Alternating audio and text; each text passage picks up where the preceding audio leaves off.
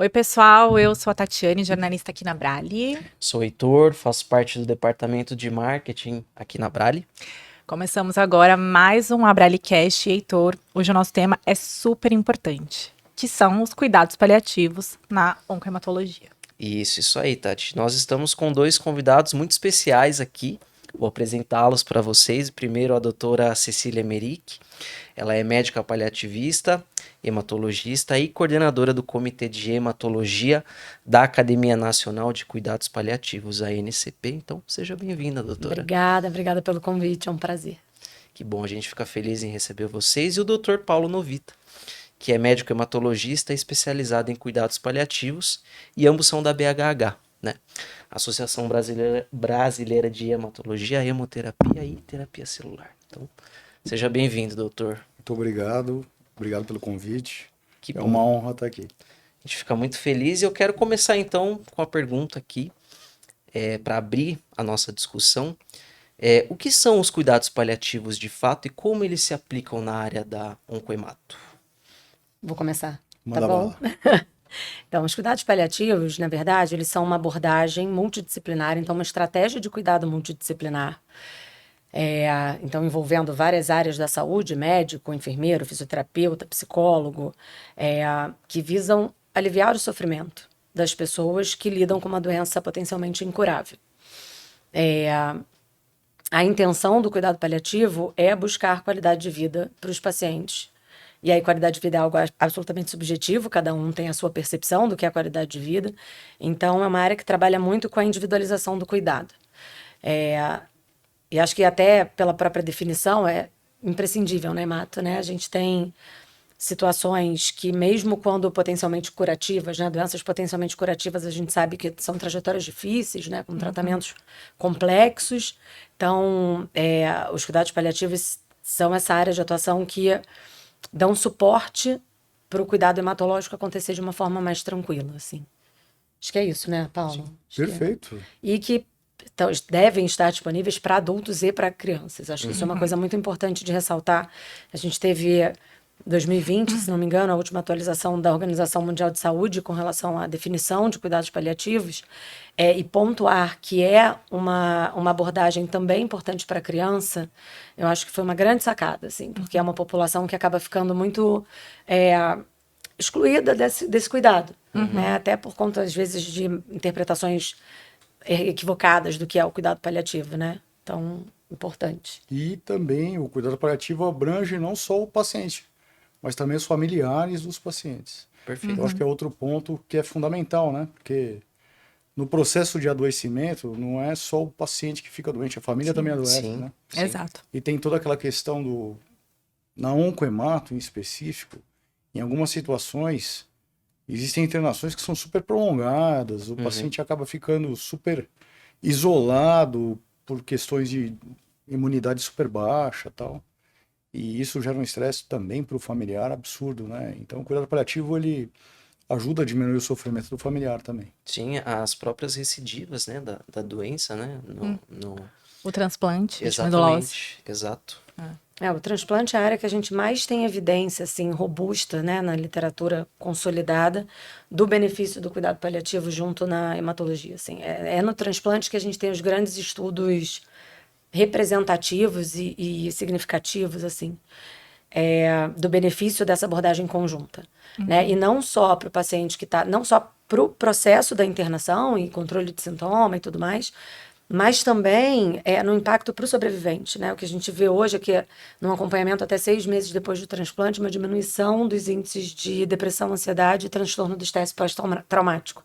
Então, assim, é um impacto atrelado à vida mesmo, né? Porque o cuidado paliativo acaba tendo um estigma, enfim, que a gente briga muito contra, né? De estar associado à morte.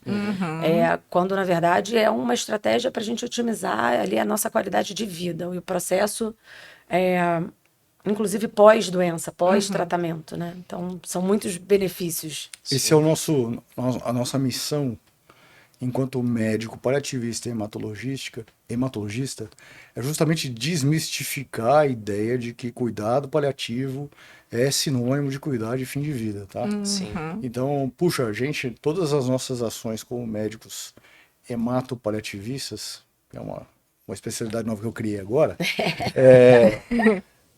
justamente todas as nossas ações, por exemplo, no comitê da BHH, etc. Tal, é a gente tentar disseminar a ideia para o hematologista, o oncohematologista, de não chamar a gente aos 45 do segundo tempo. E botar a gente no processo, mesmo que o paciente tenha 100% de chance de cura, põe a gente no processo junto, porque mesmo sendo 100% de cura, esse paciente vai passar por uma internação muitas vezes prolongada, efeitos colaterais, sintomas não controlados, etc. Tal.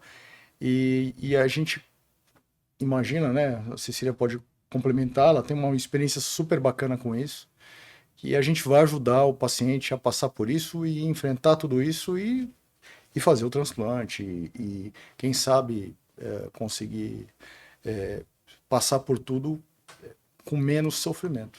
E de onde vem esse mito? Porque realmente, assim, as pessoas...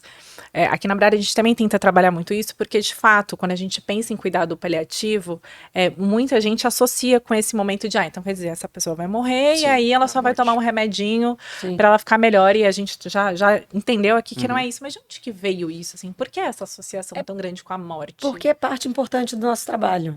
Eu acho que fazer o cuidado de fim de vida e acompanhar esse paciente nos últimos dias, horas a dias de vida, enfim, e até semanas, meses, assim, mas ali no finalzinho, é uma parte muito importante do nosso trabalho. Mas ele não é resumido a isso. Né? Então, assim, acho que essa é a grande questão. E especialmente na hematologia, porque eu acho que é tão particular, né? É uma especialidade tão particular. As doenças têm uma trajetória tão específica. E quando eu digo as doenças, é dentro da própria hemato. Hemato não é uma coisa só. Quando a gente fala de linfoma, a gente está falando de uma coisa, e que eu não vou nem começar a dizer que quando é Hodgkin é uma coisa, quando é não Hodgkin é outra, e dentro do não Hodgkin as milhões de possibilidades. Quando é leucemia aguda é uma coisa, quando é crônica é outra. Então, assim, é tão particular que a gente precisa olhar de maneira muito individual para o cuidado paliativo na hemato e entender que, ok, a gente vai estar presente também no cuidado de fim de vida. Mas, por exemplo, para um paciente com uma leucemia crônica, que a gente está falando de uma doença de curso mais indolente e prolongado, com momentos de recaída, né? Recaída à remissão, o impacto psicológico que isso tem, mesmo que ele vá morrer de outra coisa daqui a muitos anos.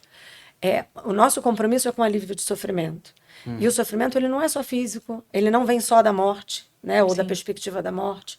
O sofrimento vem, às vezes, da perda de uma expectativa daquela vida que a gente fantasiou, né, de envelhecer com saúde, envelhecer bem, e aí você vai, de repente, dizem para você que você vai envelhecer tendo que ir no consultório de hematologia, sei lá, dermatologista a cada 3 meses, e tomar um remédio para a vida inteira.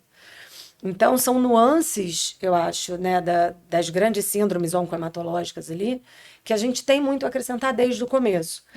Eu acho que não é para todo mundo desde o começo, mas certamente para todo mundo numa fase mais precoce. Né? Então, eu sou uma grande defensora de que o paliativista tem que estar ali de bracinho dado com o hematologista, não necessariamente dentro do caso, né, ali, atendendo o paciente no consultório junto e tal, mas sempre dando um suporte para o hematologista, porque é isso que o cuidado paliativo é, na minha visão.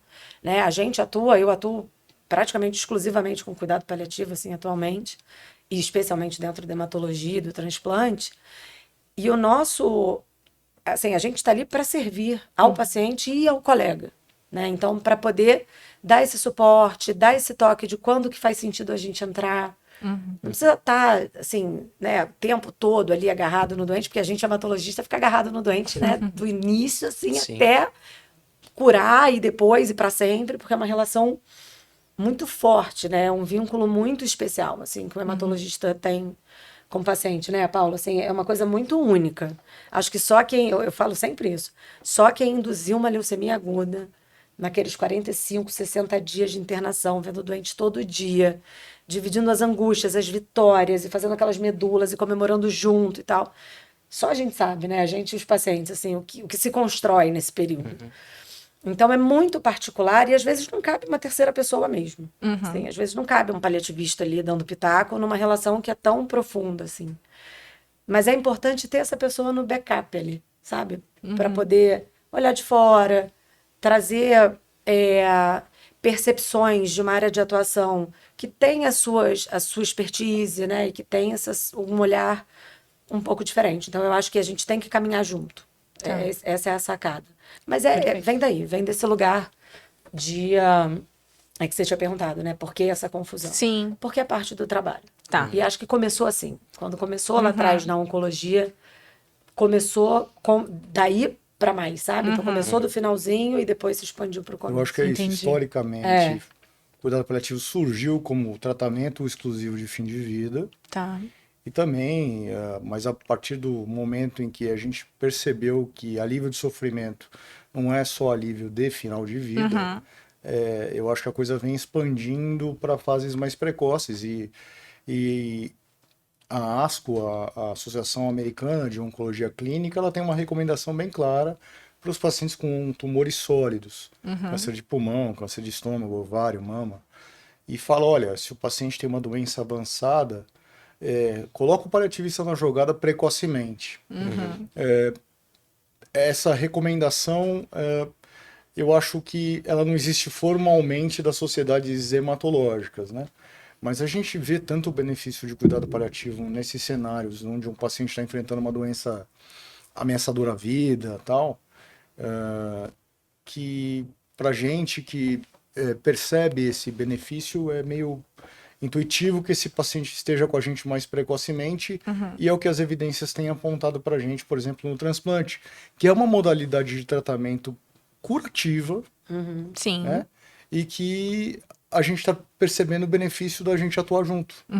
Então, ou seja, mais uma vez reforçando, se o tratamento é curativo, se o tratamento é paliativo, para a gente pouco interessa, porque na definição de cuidado paliativo que a Cecília deu, não entra em nenhum momento assim, para pacientes que estão morrendo, para pacientes que têm prognóstico ruim, a palavra prognóstico não entra na definição de cuidado paliativo da Organização Mundial de Saúde. O que entra é a questão do sofrimento. Sim. Então, eu acho que o bacana é, em cenários em que existe um potencial de grande sofrimento, Entra esse envolver cuidado. junto. Sim. E é interessante isso que vocês comentaram, porque realmente, assim, a gente que está em contato com o paciente diariamente, você vê que existe um estigma muito grande, né? Você fala de algo que é paliativo, eles já associam automaticamente à morte. E não é isso, a gente tenta desvincular essa imagem. Até quando a gente vê em outros... em outras revistas, enfim, em outros meios de comunicação, às vezes você tem uma imagem ali de uma pessoa segurando a mão, mãozinha, aparecendo num leito de morte mesmo, é uma coisa que a gente tem tentado trabalhar, né, Tati, para desvincular essa imagem. Mas vocês acham que existe também esse estigma dentro da classe médica também hoje em dia? Totalmente. E tá caindo, assim, vem melhorando, né? Vem. E vem melhorando não à toa. Eu acho que vem melhorando porque o cuidado paliativo vem crescendo muito. Porque as associações das especialidades vêm entendendo que é importante ter um olhar do cuidado paliativo, né, ali para trocar com os especialistas. E eu acho que para o paciente fica essa coisa, né, de falar de paliativo, vem essa coisa da morte. Para o profissional, especialmente da oncologia e da hematologia, vem a questão do suspender tratamento. E isso é muito assustador. Então, várias vezes eu já vivi situações assim de discutir com um colega, falar, cara, esse paciente é um bom paciente para o cuidado paliativo, e a pessoa fala, não, ele ainda tem tratamento para fazer. Eu falo, bom, também acho, tem um monte de tratamento para fazer. O que não quer dizer que ele não mereça um acompanhamento do cuidado paliativo. Claro. Né? Então, assim, às vezes você vê que é uma questão conceitual mesmo. Né? Então, o cara fala, vou mandar para o cuidado paliativo a partir do momento que eu não tenho mais linha de tratamento. E não é por aí. E aí, acho que isso que o Paulo falou, né, no início. O nosso grande trabalho é mostrar que o cara pode ir para o transplante, pode ter 1 milhão de linhas de tratamento, pode ter proposta curativa. Se existe um potencial sofrimento, um sofrimento ativo, seja físico, espiritual, emocional, social, financeiro, coisas que a gente olha, né, e que às vezes não é habitual de outras práticas olharem, porque não dá tempo. Né? E a gente que é hemato, que já induziu muita leucemia, já tratou muito linfoma, já acompanhou muito mieloma, não dá tempo de fazer tudo. Né? Então, por isso existe uma área de suporte, uma área paralela ali, que é para andar junto, porque não dá tempo de fazer tudo. Então, assim, esqueci o que eu estava falando. Qual que a gente tinha perguntado mesmo? Sobre Se a... existe esse O estigma estigma Do no colega, né? médico, Do né? médico. Então assim, essa associação com interrupção de tratamento, para mim, é o grande problema no encaminhamento precoce, no encaminhamento, eu não digo nem precoce, no encaminhamento no tempo correto. Né? Porque as pessoas acabam associando, né, Paulo? Eu acho que... E acho que, assim, existe até complementando o que a Cecília falou, na literatura também tem dados dizendo o seguinte, ó, os médicos também têm medo da palavra paliativo.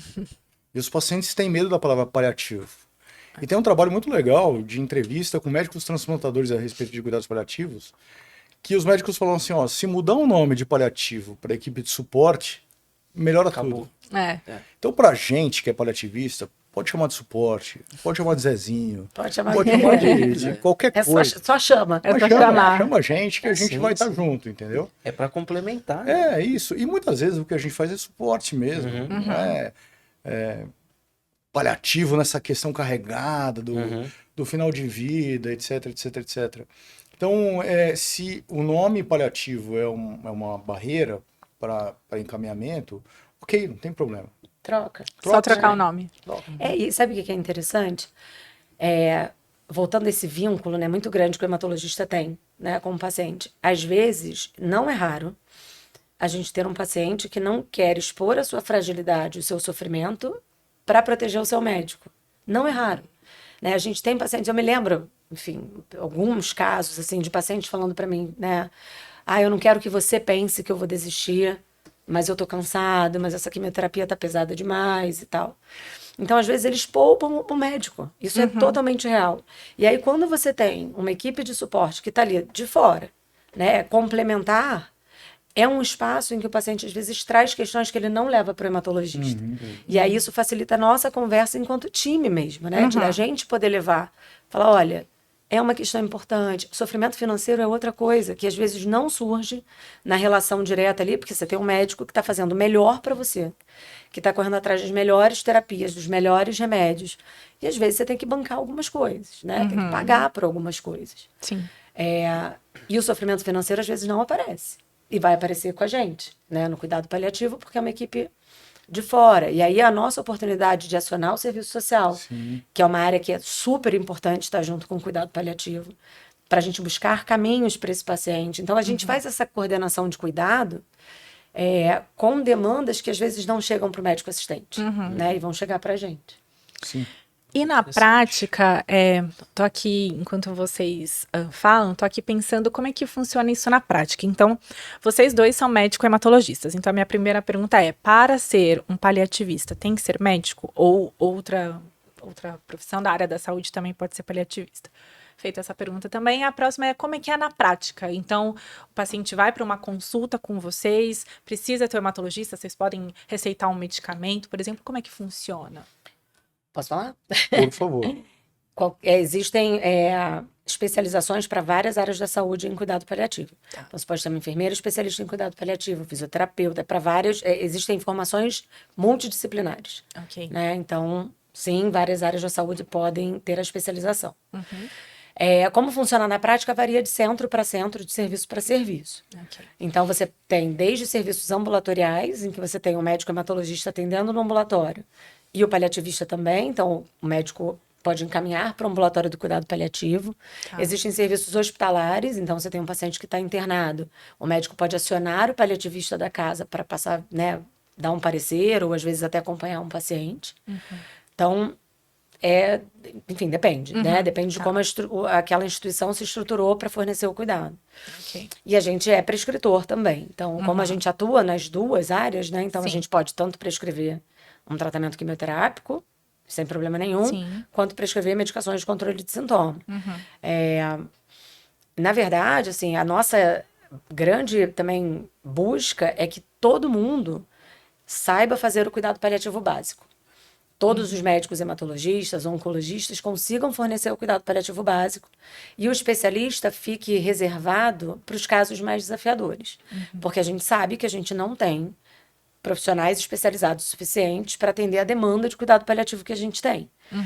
E a maioria dos casos não são casos de difícil controle, né? São Sim. casos que, se você tiver esse conhecimento mais básico, você consegue resolver, né? Então, por isso a gente trabalha muito com educação.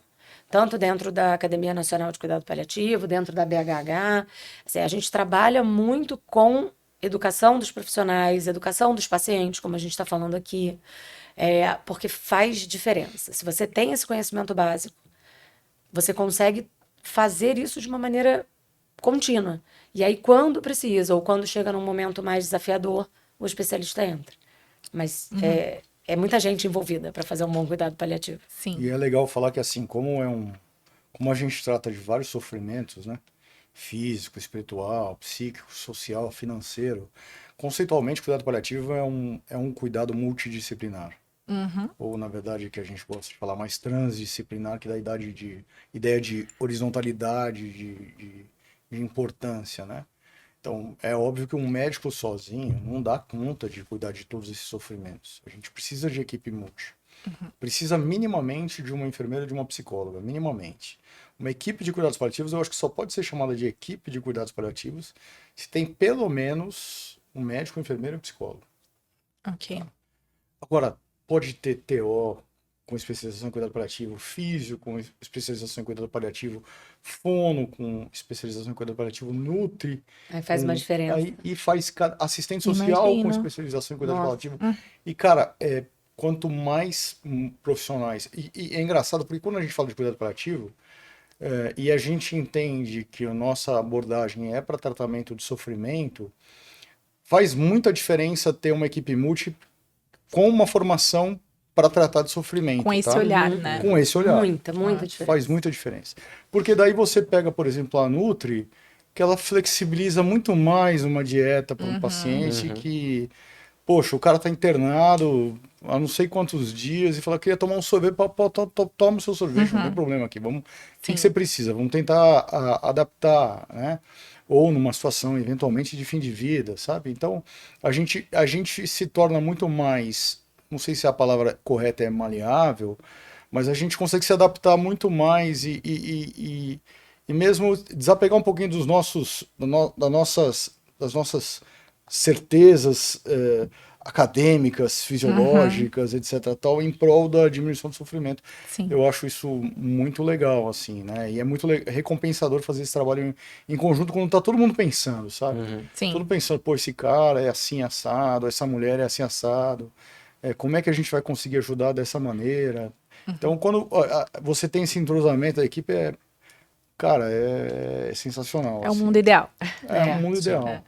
E principalmente esse background, que eu acho que a grande sacada da Oncoemato é o entrosamento entre a equipe de médico assistente e a equipe do médico paliativista, cara. Porque realmente, assim, a gente tá batendo na tecla, mas é a mais pura verdade. O vínculo entre o hemato e o paciente é uma coisa... É muito especial. Talvez existem pouquíssimas especialidades que têm um vínculo tão grande com o paciente quanto o hematologista. Que geralmente pega um paciente que demorou séculos para fazer o diagnóstico, todo mundo nunca sabia responder o que esse cara tinha, e o hematologista, muitas vezes, quantas vezes acontece isso? A gente pega o hemograma e fala assim, isso é isso, tá na cara. Com hemograma. Sim.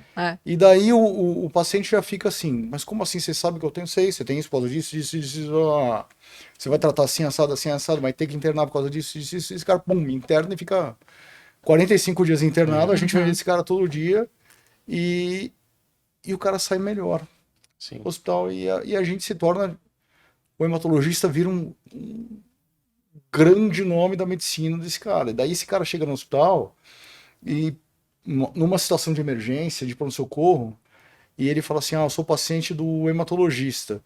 O médico que está na porta, geralmente, ele nem encosta a mão no paciente.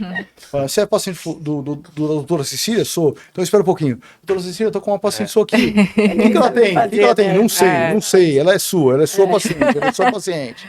Você viu? Mas você examinou ela? Não, ela é sua paciente, E a gente sabe que não adianta. A gente tem que pedir para alguém da nossa confiança, ou a gente mesmo ir lá, ver esse paciente, porque o pessoal não tem medo. Sim. Às vezes a gente vê o pessoal sente medo do paciente transplantado, com leucemia, com linfoma, etc. E é um mundo diferente mesmo, né? Totalmente É aquilo, é um mundo muito particular, assim. Sim. tem a ver com Específico. nada fora dali, né? Transplante nem comento, porque eu lembro quando eu fui fazer a especialização em transplante, que eu falei, "Ih, gente, não é hemato, tem nada a Sim. ver, são coisas completamente diferentes, são Diferentes. mundos diferentes. Então, para quem não vive isso, é realmente assustador, né? Sim. Eu lembro até. Eu já comentei isso algumas vezes aqui, mas eu vou falar de novo. Não sei se foi o Dr. Breno que veio aqui e disse que o paciente casa com o hemato. É isso. É. Então eu Exatamente achei muito isso. interessante essa. E que o ele paliativista não quer desfazer esse casamento. É. Mas a gente quer ser Exatamente. aquela amante que ele. falou. Isso. Exato, exatamente. Mas Caminhar junto. bem interessante, mas. E aí, assim, como que funciona? Por exemplo, vamos supor, tem um paciente de mieloma múltiplo, que costuma ter histórico ali de recidivas e tal, uma doença um pouquinho mais chatinha de tratar, né? Enfim. No caso, quando ele é encaminhado para os cuidados paliativos, existem protocolos já que vocês seguem para aquela pessoa específica ou é algo personalizado para cada um, né? Como que funciona isso? Eu acho que depende do motivo do encaminhamento e do momento do encaminhamento. Assim, falar de protocolo em cuidado paliativo, claro que a gente tem protocolo. A gente tem protocolo para manejo de sintoma, para manejo de dor, para manejo de delírio, de náusea e tal. Tem. Tem protocolos, assim, indicações das grandes sociedades e tal, e cada instituição costuma ter o seu também, né? Mas depende do momento e do motivo do encaminhamento. Então, quando a gente recebe, paciente de mieloma chega muito pra gente, pelo menos pra mim, não sei pra você, Paulo, mas pra mim, pra manejo de sintoma, dor. Como a gente tem lesão óssea e tal, às vezes esses pacientes têm dor de difícil controle, vão para o consultório nesse contexto, não necessariamente num contexto de refratariedade de doença, por exemplo. Até porque hoje, né, 2025, graças a Deus, temos muitas Opções. possibilidades de tratamento, a gente está aí vivendo a era do CAR-T, então a gente tem muita coisa para oferecer para os pacientes. Então, eles vêm muito para controle de sintoma. E aí, não tem protocolo. É conversar, é entender qual é a demanda, entender a característica da dor, tipo de dor, aonde que dói, por que dói e tal. E aí, escolher uma estratégia de manejo ali de sintoma para aquele paciente. E a gente, assim, é curioso, porque falando especificamente de dor, cada um responde de um jeito aos remédios, né? A gente tem algumas opções de medicação. Infelizmente, no Brasil, a gente tem poucas, na minha opinião, assim, poucas. No mundo, a gente tem muito mais, aqui a gente tem pouco, e pior do que isso, o acesso é difícil. Então, a gente tem pacientes que não conseguem ter acesso, por exemplo, a um opioide forte, porque as instituições, às vezes, nem têm o receituário apropriado, né? Que é aquele receituário A, o amarelo. Mas a gente vai tratar de acordo com o que ele já usou previamente, com o nível de dor. Então, a gente tem parâmetros que guiam para o manejo de sintoma, mas não tem muito protocolo, porque depende do porquê que ele está lá. E depende muito do... É aquela velha história, o que dói mais? É a dor física ou é a dor de ter uma doença, né, que a gente não pode caracterizar como curável e que você fica nessa expectativa do vai remitir, vai recair e tal. Então, a gente vai olhar a depender, vai abordar dependendo do que aparecer de demanda. Perfeito. E eu acho interessante assim, porque a gente tem percebido, né, e a literatura médica ela tem trabalhado muito na ideia de dividir mesmo, porque até, sei lá, 10 anos, existia muito pouco trabalho sobre cuidado paliativo na área de hematologia, tá? E quando existia, era tudo assim, esse paciente tem câncer de pulmão, ele entrava dentro do grupo de oncologia, mas como neoplasias hematológicas. Colocava tudo no mesmo saco. Eu colocava leucemia no mesmo saco de linfoma, no mesmo saco de mieloma. E, cara, são doenças completamente diferentes. E a literatura médica mais recente, que estuda bastante cuidado paliativo, tem buscado dividir essas doenças hematológicas em doenças com trajetórias parecidas, né? Então tem um autor, se eu não me engano o nome dele é Schaulub, que ele separou as doenças hematológicas em 3 trajetórias, né? A trajetória da montanha-russa, a trajetória da guerra de atrito, que ele chama, e a trajetória dos grilhões da transfusão, né? Então, quais seriam as doenças, né? A montanha-russa é a leucemia aguda, que é aquela coisa de intensidade alta, uma subida, aquela coisa de adrenalina, e o paciente internado há muito tempo, e tratamentos muito fortes. E fica muito mal, depois muito fica mal, ótimo, aí exatamente. depois fica muito mal de novo, porque a gente cicla de novo. Ele chega ruim, a gente piora, ele melhora. E daí tem aquela trajetória da guerra de atrito, que são essas doenças tipo mieloma, que a gente vai ter que entrar na área em alguns momentos de piora clínica, de aumento de sofrimento, por exemplo, linfomas indolentes que a gente nem estava tratando, mas aí vai tratar, aí vai ter sintoma.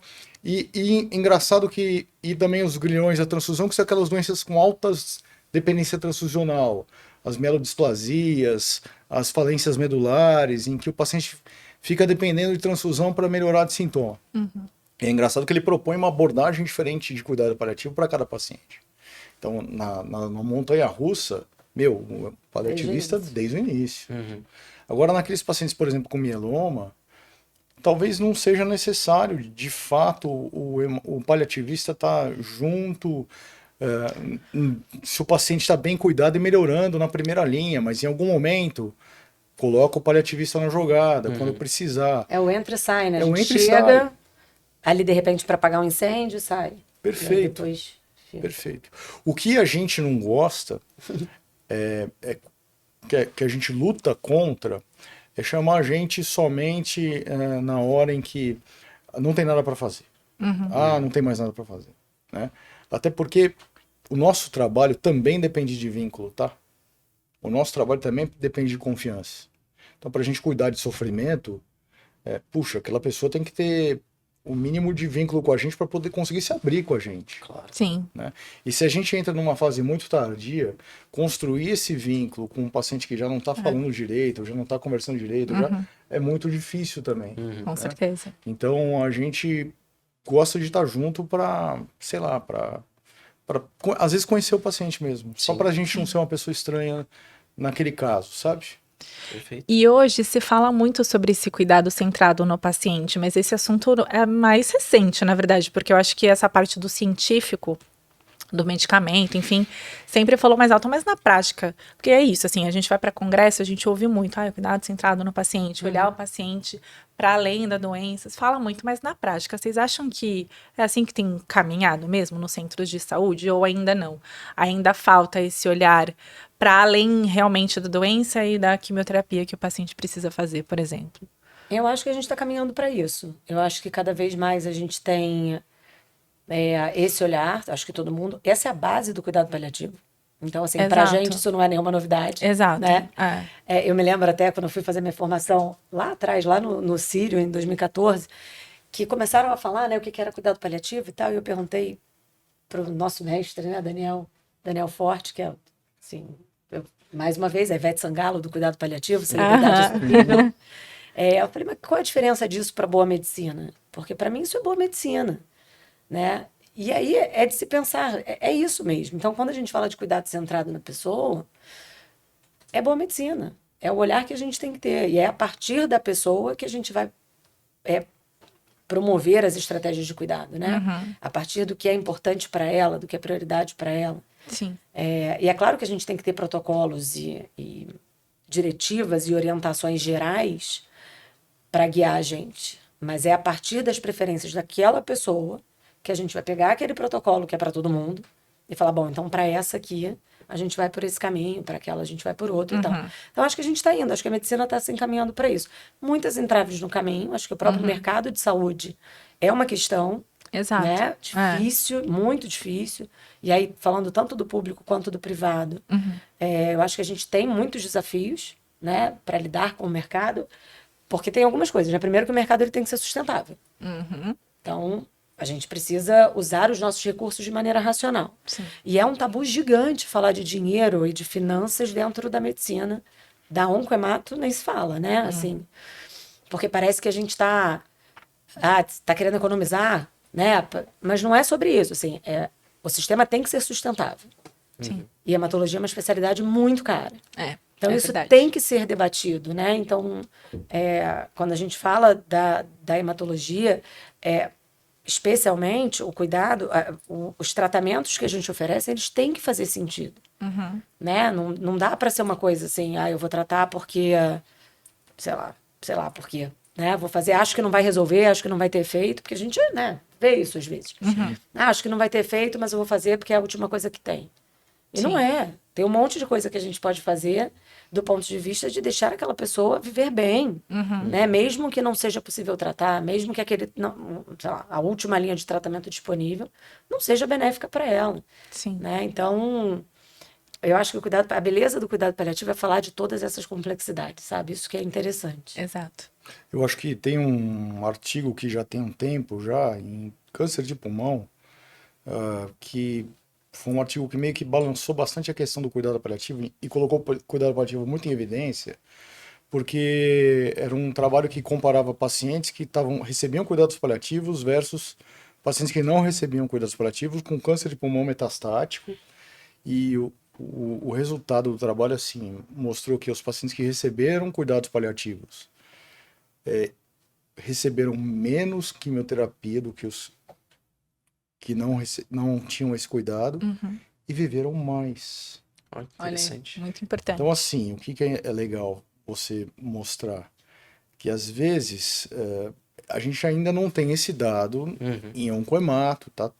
Vamos dar o peso, a informação correta, tá? E a gente também nem pode extrapolar.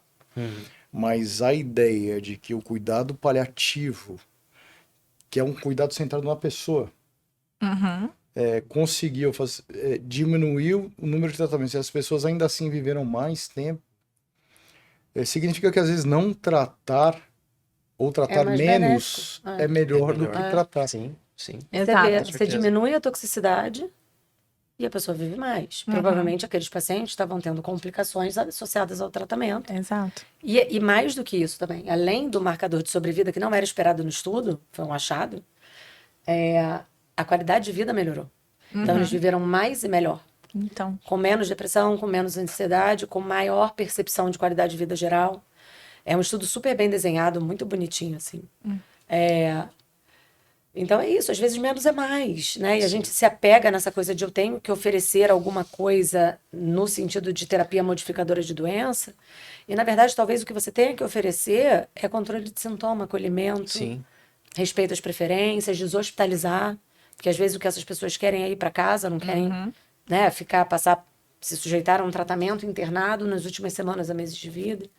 E é óbvio que a gente não pode falar isso, mas, por exemplo, a gente está caminhando cada vez mais para uma medicina de precisão, né? Então, de tratar a mutação XYZ daquele paciente e tal, sim. daquela doença daquele paciente.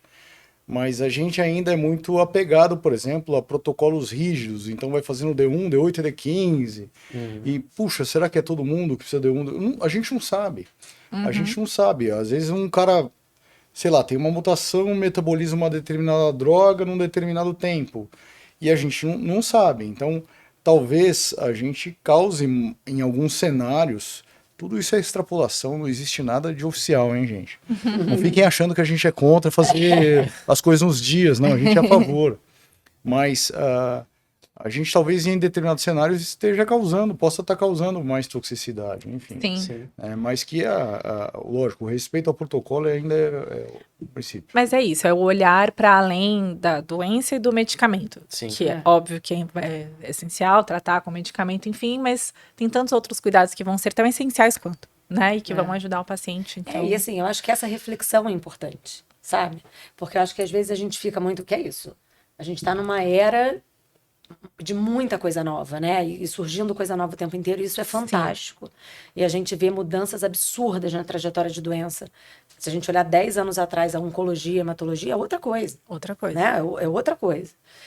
O que é maravilhoso. Mas o que eu acho interessante é quando a gente começa a fazer essas reflexões, entendeu? É maravilhoso, é incrível, mas será que para aquela pessoa esse caminho é razoável? Esse caminho é bom para ela? Né? E não é sobre o que você quer que faça, quer fazer químio ou não quer fazer químio. Não é sobre isso. Não. É sobre o que é importante para você. Entender o valor daquela pessoa. Entender o que é prioridade. Entender, dentro da visão dela de mundo, qual é o melhor tratamento para aquela doença. Né? Porque, assim, é uma coisa que pode até parecer absurda para algumas pessoas, mas existem muitas coisas piores que a morte. Né? E eu acho que só quem vive doenças com... assim, um burden de sintoma, né, com uma carga de sintoma muito grande, um tratamento de alta toxicidade, pode dizer como sim, existem coisas piores do que a morte. Então, a gente vive nessa luta contra a morte e é isso aí que a gente faz mesmo, entendeu? A gente também é paliativista, porque a gente também quer todo mundo curado. Mas, às vezes, não é essa a prioridade do paciente. Então, entender essas prioridades é o que vão fazer a gente fazer esse tratamento de maneira mais adequada. E eu acho que uma das coisas mais difíceis no cuidado paliativo é você fazer essa anamnese de valores para o paciente. O que é importante para você? Porque geralmente a gente pergunta, o que é importante para você? E o paciente diz, importante para mim é viver. Não, tudo bem, mas viver como? Viver fazendo o quê? Se para você, se em algum momento você, por exemplo, perder sua autonomia, para você continua valendo a pena viver?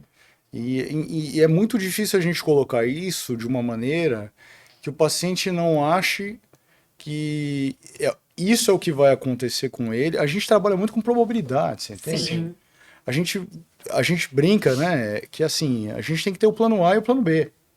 O plano A, você vai fazer um transplante alogênico, 4ª linha, doador não aparentado, a medula veio da Zâmbia, tá chegando e tem 1% de chance de dar certo o seu transplante.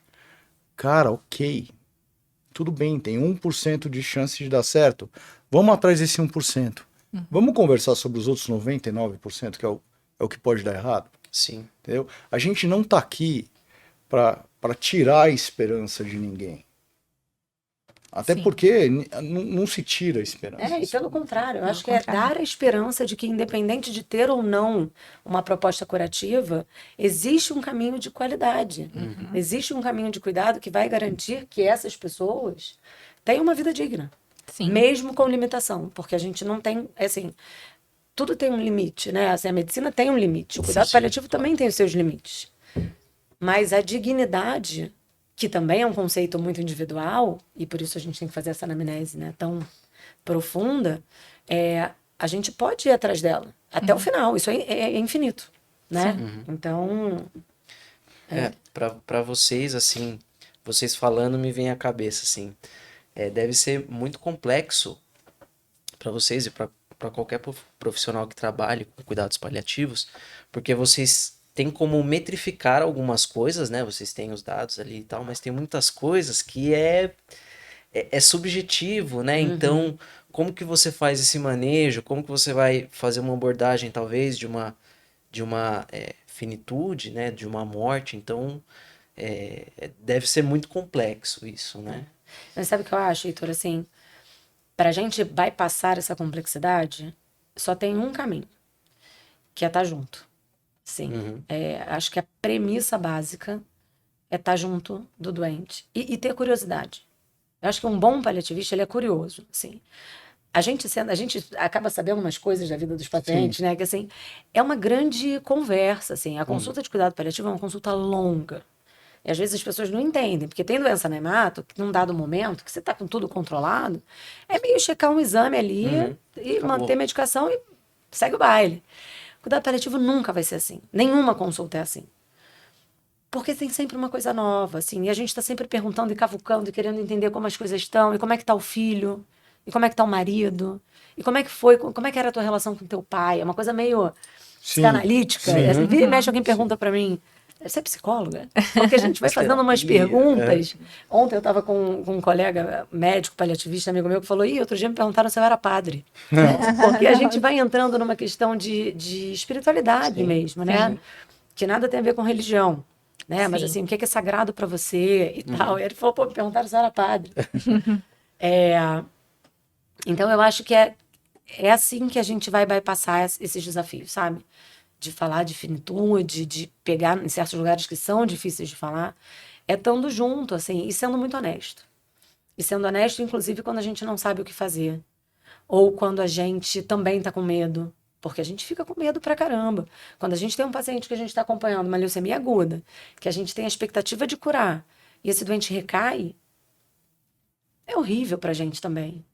E eu acho que é muito legítimo da nossa parte, dividir que a gente também está com medo, né? E que a gente vai encarar o transplante junto. E que sim, é uma terapia agressiva pra caramba e difícil. Mas que a gente vai estar junto. E que a gente tem uma expertise para manejar aqueles sintomas. Eu não tenho como garantir que ela não vai sentir nada. Mas eu tenho como garantir que eu vou estar lá. Então, eu acho que é por aí, sabe, que a gente faz. A gente, citando novamente o Daniel Forte, nossa Ivete Sangalo, tem frases que eu peguei dele que, assim, eu uso praticamente diariamente. Eu sempre falo para meus pacientes assim, olha, eu garanto 3 coisas para você. Eu sempre vou falar a verdade. Segundo lugar, eu sempre vou fazer o melhor para você.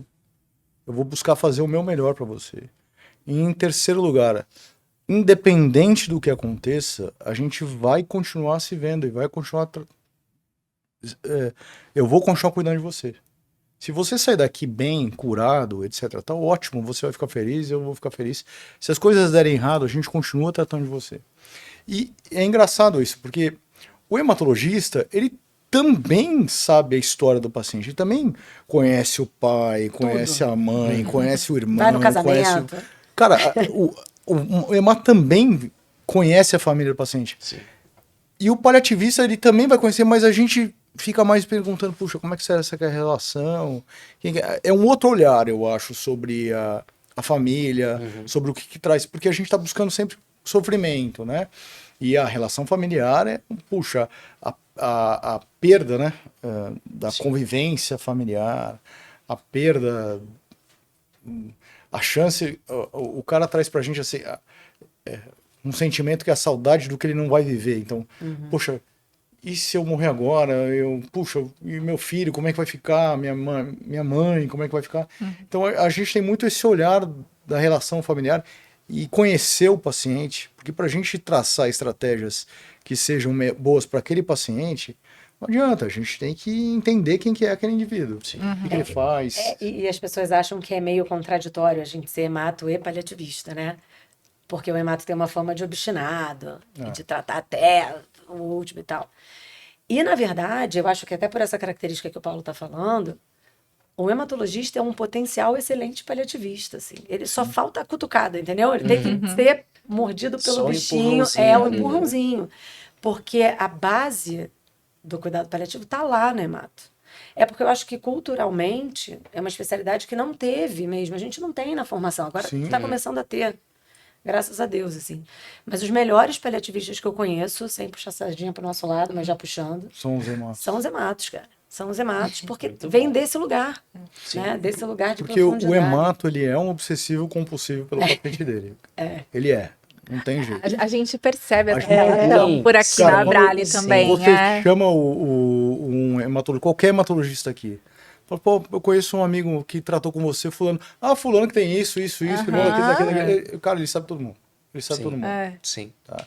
Ele é um obsessivo compulsivo com o paciente dele, ele conhece, ele compra, ele convive, ele sabe quem que é, ele conversa com o cara, a consulta dele não é só técnica, ele fala, e esse cara às vezes vai lá cutucar, colher exame, medula do cara, tal, que é um momento super delicado ali, né, cara, você sabe que você tá causando desconforto, dor pro paciente e tal, mas enfim, e o paliativista também é um obsessivo compulsivo pelo paciente, né? Mas de conhecer aquele cara, saber o que é importante para ele, o que não é, o que ele gosta de fazer, o que ele não gosta, o que é sagrado para ele, o que não é sagrado para ele, o que para ele é imexível na vida dele.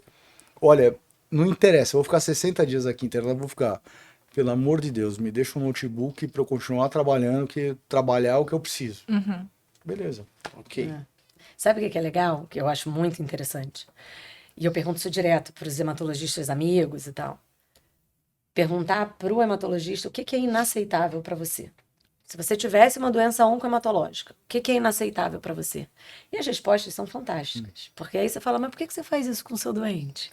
Exatamente. E as pessoas ficam me olhando assim, tipo, porque não tem uma resposta. E talvez seja porque a gente foi ensinado assim, né? E não é por maldade, até porque é isso, eu tenho grandes amigos hematologistas, pessoas incríveis, super engajadas no cuidado. É porque é isso, é da nossa escola, né? De como a gente foi educado. Sim. Então, o cuidado paliativo vem trazendo para dentro da hematologia essa quebra um pouco do olhar, né? De falar, cara, vamos parar um pouco e refletir. Por isso que eu falo da reflexão, da curiosidade. Eu acho que é daí que vem a mudança, sabe? E é bom para todo mundo. E eu acho que é legal isso que você está falando, porque assim, na trajetória, na nossa escola hematológica, sempre a gente teve alguns casos que são emblemáticos para o hematologista. Então, aquele paciente que era um linfoma de Hodgkin na 18ª linha de tratamento, que a gente pegou um trabalho, viu que existia uma 19ª linha de tratamento com dipirona e paracetamol para esse Ele curou. cara, e o cara curou. Sim. Uma pesquisa clínica. E esse cara curou. E é engraçado, porque a gente fala, meu, dá para curar. Sim.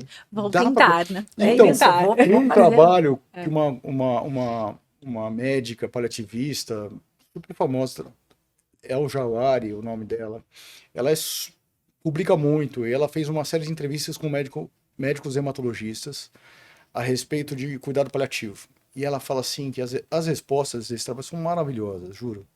O médico paliativista fala assim, cara, o hematologista, o hemato, quando ele fala assim, cara, quando você tem um paciente jovem na sua mão, você fica louco, cara. Eu preciso fazer alguma coisa, eu preciso curar esse cara. Eu sei que ele aguenta químio, eu sei que se ele recair eu consigo dar mais químio, a medula dele aguenta, ele tem performance, ele vai sair dessa, ele vai sair dessa. Então, se o cara tiver 20 recaídas, o hematologista vai querer tratar ele 20 vezes. Porque ele sabe que na 20ª, talvez o cara cure. Cure. E volto a dizer, cara, nós paliativistas não temos nada contra isso. Pelo amor de Nada. Deus. Pelo Sim. contrário. Vocês Pelo querem contrário, isso, vocês né? também Claro, querem isso. O que a gente quer é garantir que, se na 20ª vez não der certo, esse cara precisa de cuidado, Sim. Sim, entendeu?